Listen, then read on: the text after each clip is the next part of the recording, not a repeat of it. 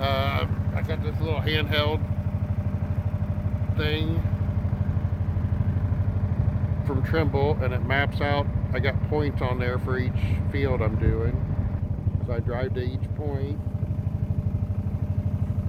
and then I get out. Okay, I got the generator in the back of the Gator.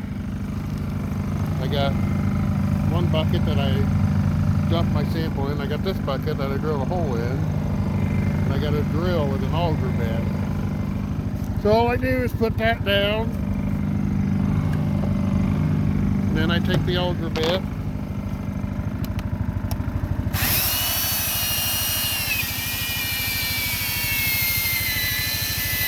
Run it in. Till it's clear in. Pull it out. Take the bucket. And then I dump it in the other bucket.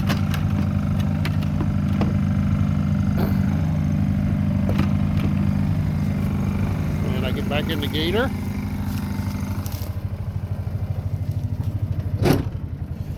Take my handy dandy handheld GPS unit. Then I drive to the next one.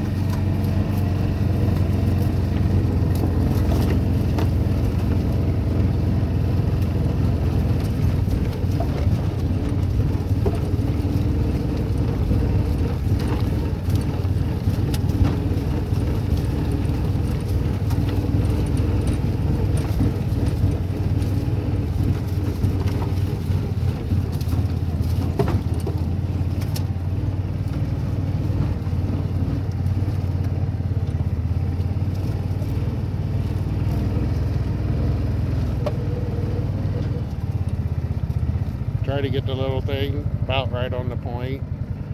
Don't matter, it's not an exact science.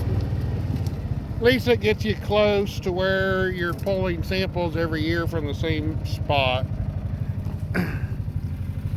Kind of, that way you can tell if you're improving the soil or pulling nutrients out or whatever.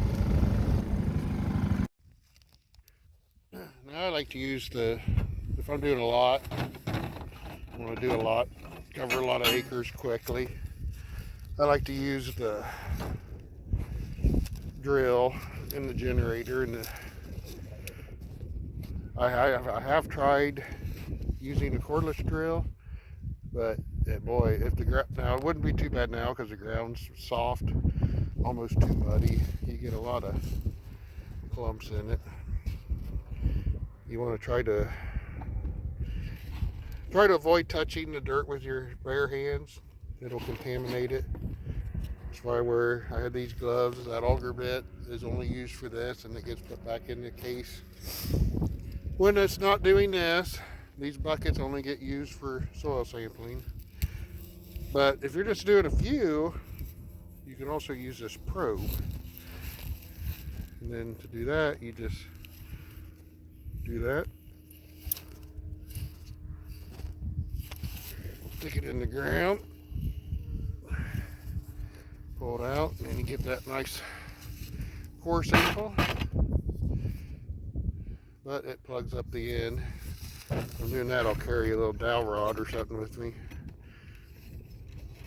Because see, right there, it got a rock in it. So, that's why I don't like to. I'll use that if I'm just doing a few samples, doing a hayfield or something real quick. Don't want to get the Gator out. And then all you do is shake it up, get it mixed up good. I normally like to, you need at least 6 core samples to get enough to fill one of these bags. And then you just fill out the information,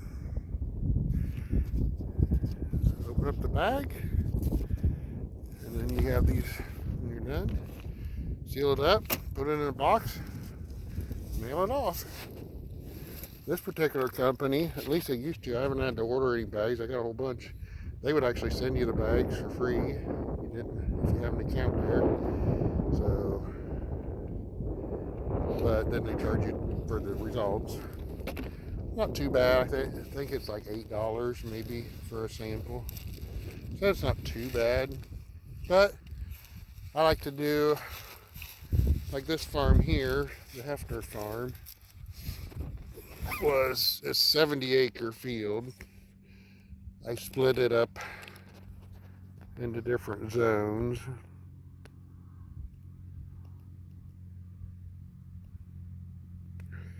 So, I don't know if you can see that.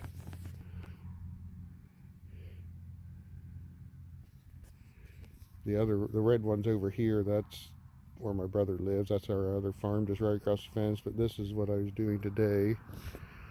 And all them different numbers are different points.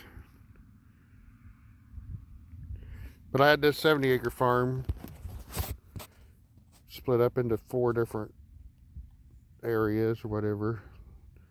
So you can see there's number 1, number 2, and then these are just the different point numbers. And there's 3 and 4.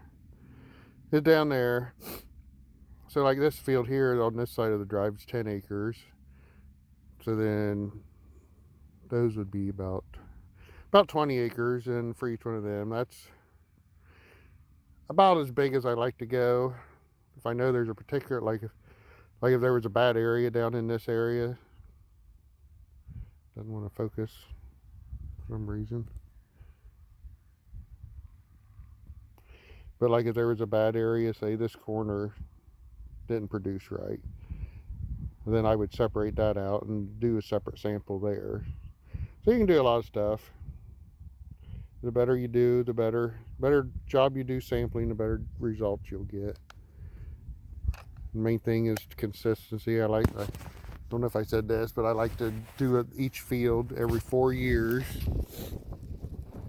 Gives you some idea what's going on. And if you need to, I used to do it different.